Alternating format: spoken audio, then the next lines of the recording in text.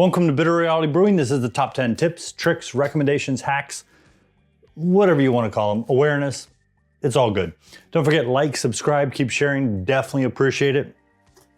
Which one am I drinking? Yeah, I was down in Boca Raton, which is, they say South Florida, but it's in the Palm Beach County on the south end. I'm up in Northeast Florida for people who aren't from the US. So there's a north, there's kind of a mid-south, and then all the way south. Orlando's kind of the middle. Drinking actually the Rogue Colossal Claude, which is an Imperial Indian Pale Ale. And this is a double IPA. What's the difference? It's the same basic thing. Really, really good beer. I had this earlier, and I had to retake the whole thing because we had an audio problem, but it's all good. This is from Leatherback Brewing Company, and I was excited to find this. This is Gurbana, and I know a lot of people don't know what that means, or soursop. Gurbana or soursop. It's interchangeable words. It's kind of like nothing else I can think of. Basically, it's two names for the same fruit. And there's a lot of island and South American influences in the Miami, Lauderdale, and even the West Palm area, and probably Florida influencing those areas too. But I love Gurbana. Gurbana, or as I call it, soursop. This is a double Indian Pale Ale. Imagine a creamy pear with a hint of vanilla. That's how I describe it. A lot of people can relate to that, some can't, but it's all good. I would probably do a cream ale because it's, it's very strong at 8.5%, and with all the bitters and the hops, it's a little harder to taste it, but it was a great beer. I just think I'd do more of a cream ale or maybe a pale ale. Let the Gurbana or soursop stand out a little bit more.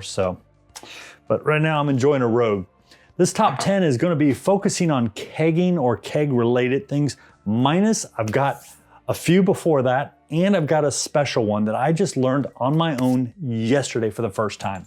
And yeah, it's an awareness thing. It has something to do with tilts and pressure fermentation. Wow.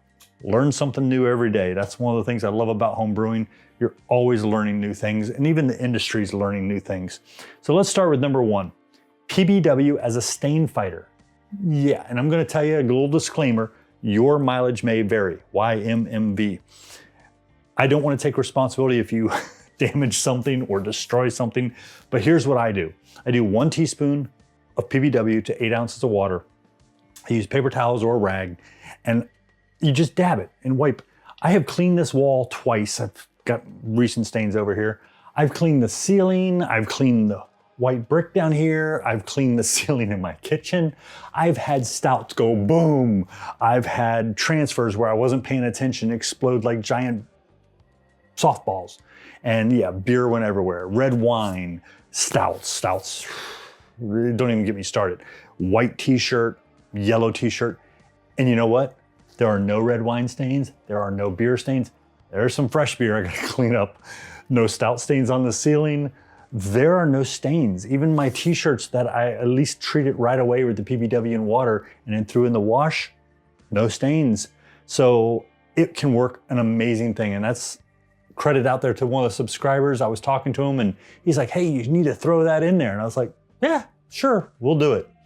So number two, agitating your wort and the cooling water. This is for newer home brewers or brewers who are still brewing in pots in their kitchen.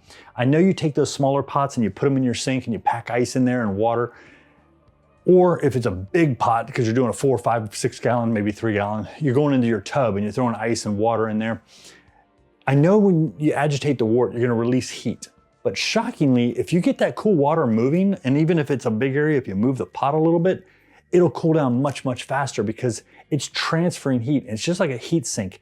Get that fan going, or AKA cold water moving, it's gonna pull that heat out and kind of normalize the water to a certain temperature. And of course you wanna drain it occasionally, add more cold water, add more ice, but hey, agitate the water around it as much as you do the wort. Number three, know your water volumes for your brewing setup or system. I'm talking mash water based on grain volume, expected pre-boil, expected boil off, expected wort to fermenter. When I first started brewing, I realized that on my propane burner, if I put 2 gallons and I kicked it up to about, we'll say 80%, Within 90 minutes, I boiled off an entire gallon of water. So if I wanted a gallon of wort, I needed 2 gallons total. So yeah, it's something to be aware of. And you can easily test some of these things even without using the grains. But of course, some things require the grains and, how do you say, trial by error. But it's not a big deal. And if you're off a little, you can always adjust. I had a little issue with that tonight. Actually, different fermenter, not this one. Number 4, expected wort loss to trub and dry hopping. Yes, if you say, you know what, I want 5 gallons, and this is important if you're trying to bottle or keg for an event and you need a very set amount of liquid, you need to take into account that you're going to lose a little if you're dry hopping, or trub or any other additions may actually pull in some of that wort and you will not get it in your final beer. You need to be aware of that. That's just something that I'm always aware of.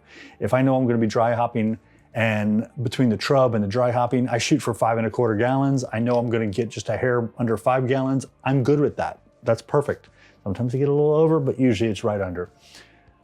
Number 5, kegging. I'm going to give you a major advantage for ball lock over pin lock. I see this question all the time. Which is better, the pin lock or the ball lock? It's really a preference. My preference is for a ball lock. And the reason I mention that is that a pin lock is a little fatter and a little shorter. Well, if I'm putting what they call oops, that hurt. If I'm putting a cuff on here, I'm going to raise my height. So a ball lock is actually skinnier and taller, which means that if I'm buying a chest freezer to build a keezer, the ball lock is probably more advantageous to me because I could probably get more in here. This is the perfect example. I have 7 ball lock kegs in here. If I did the Pepsi ones, or is it Pepsi? No, Coke, sorry. If I did the pin lock, I would only get 6. So I got 7 because I went to ball lock versus pin lock where I would have only gotten 6. Plus I can drop a single gallon in there, technically 2 if I really fought with it. But something to be aware of, it's all about footprint. When you're doing kegs and you're putting them in a keezer, if you look at the footprint, you'll realize that you have a smaller space so you can get more of them and they're a little taller. Number 6, when buying a gas regulator, buy one with both an output pressure gauge and a tank pressure gauge. This way you know when your CO2 is running low. Can't imagine not having both of those gauges, but I see some for like $5, $10 less than the dual gauge for the single gauge. Don't save that money. It's not money saved, it's just a bad decision. Get the dual gauge. Trust me on that one. Number 7, I've told you we're talking kegs, secondary regulator. If you're gonna do 2 kegs or more, consider a secondary regulator. You can do different pressure, which means different carbonation, or you can have one under, dispensing and carbonation, or you have another one quick carbing and you've cranked it up. And since we're talking about that, we'll go on straight to number 8. Number 8, your primary regulator controls your secondary regulator. What? Okay. You're in here and you want a quick carb and you got a secondary regulator and you crank it up to 40 PSI and it goes to 20 and stops. And you're like, you keep cranking it and it's just not going. Your primary regulator dictates how high the secondary can go. So if you have 40 on your primary, you can go to 40 on your secondary. If you have 20, you're never going past 20. So hopefully that makes sense. But if you're kegging, you'll understand. If you're not kegging, then you're like, what? But you're gonna go research it and it'll make a lot more sense to you. So you'll understand why a nice secondary regulator is a good thing to have. Number 9, gauge cage. Okay, I've got mixed feelings on this. First of all, I'm gonna tell you, there are benefits for having one, but for most people, there's not. It is one of these things that when you're checking out with that regulator, the primary regulator, they're like, hey, you get a gauge cage. It's an add-on. You want it. Trust me, it's great. Keep it. It'll protect your thing. Mine is between a chest freezer that doesn't move easily, even though it's on wheels, a little bit of drywall. Well, actually, no, that's concrete, and white brick and a granite countertop. I have no traffic in this area. It is not going to get knocked over. Now, if you have a high traffic area, you have a big dog running through your house and your keezer's out in the edge of the living room and that regulator sitting there, yeah, you might want to get a gauge cage. It might help keep it from getting damaged. Might. It's not 100%, but it will help a little bit. So gauge cage, your mileage may vary, we'll put it that way. Number 10. And number 10 is one I just learned yesterday. I love my tilt hydrometers, and if you've seen my videos, you know I love my tilt hydrometers. But I put it in a pressure fermentation.